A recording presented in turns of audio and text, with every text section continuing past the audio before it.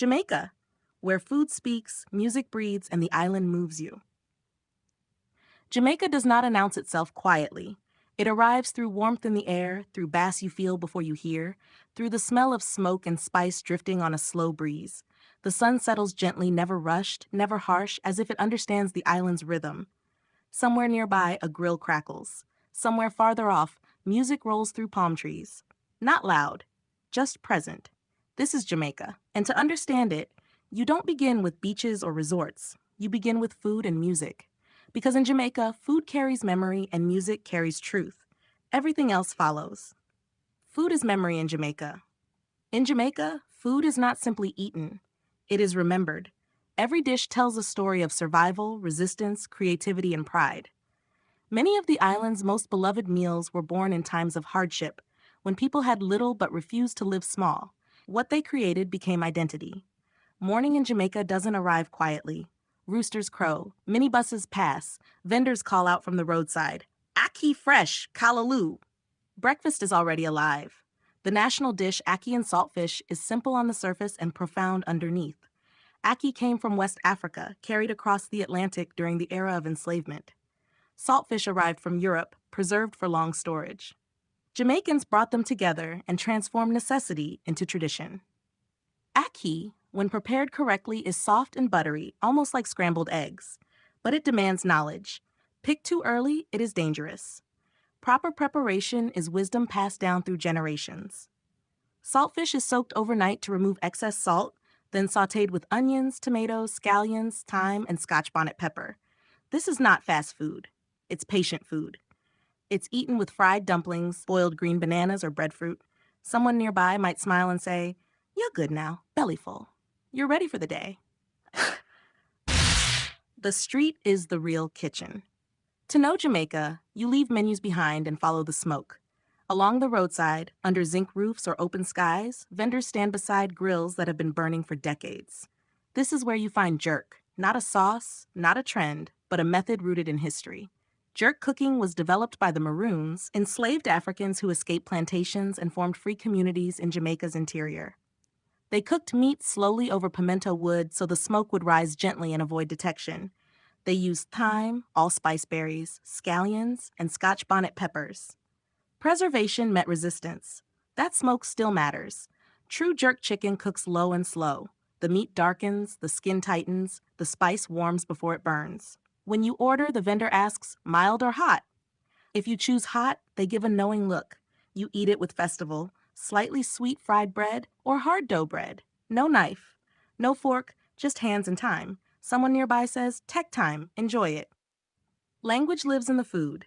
Food and language move together in Jamaica. You hear phrases woven naturally into conversation. "Me hungry bad." "I'm very hungry." "Dat nice." "That tastes good." "Small up yourself." "Make room." "Big up de cook." Respect the one who made this. A good cook earns status. Food is love, but it's also reputation. Eat hash, eat all. Food is balance. Not all Jamaican food is heavy or spicy. Idil food associated with Rastafarian culture focuses on natural living, mostly plant-based, often no salt, minimal processing, callaloo stewed gently, chickpeas simmered in coconut milk, pumpkin, okra, yam, and fresh herbs, juices made from sorrel, ginger, soursop, or lime.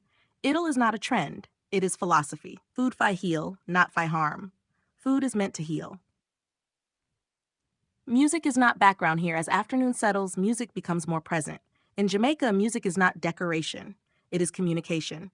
Before reggae, there was mento, folk music shaped by African rhythm and European instruments. Mento spoke about daily life, humor, survival. It gave voice to ordinary people. Then came ska in the 1950s, fast, joyful, energetic. Ska moved with the optimism of a country approaching independence.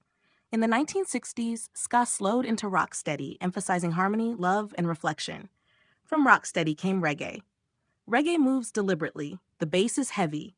The rhythm leans back. It mirrors Jamaican life, measured, thoughtful, resistant to being rushed.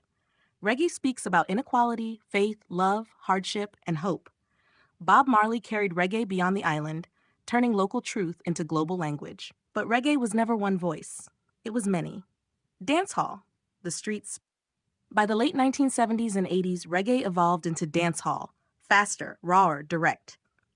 Dancehall reflects real Jamaica. It talks about politics, fashion, ambition, frustration, celebration. It doesn't ask permission, it demands attention. Sound system culture dominates.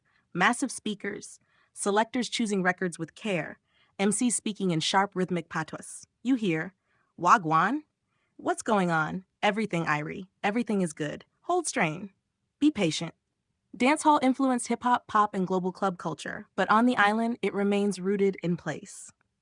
Evening, when the island slows and deepens. As the sun drops, Jamaica exhales.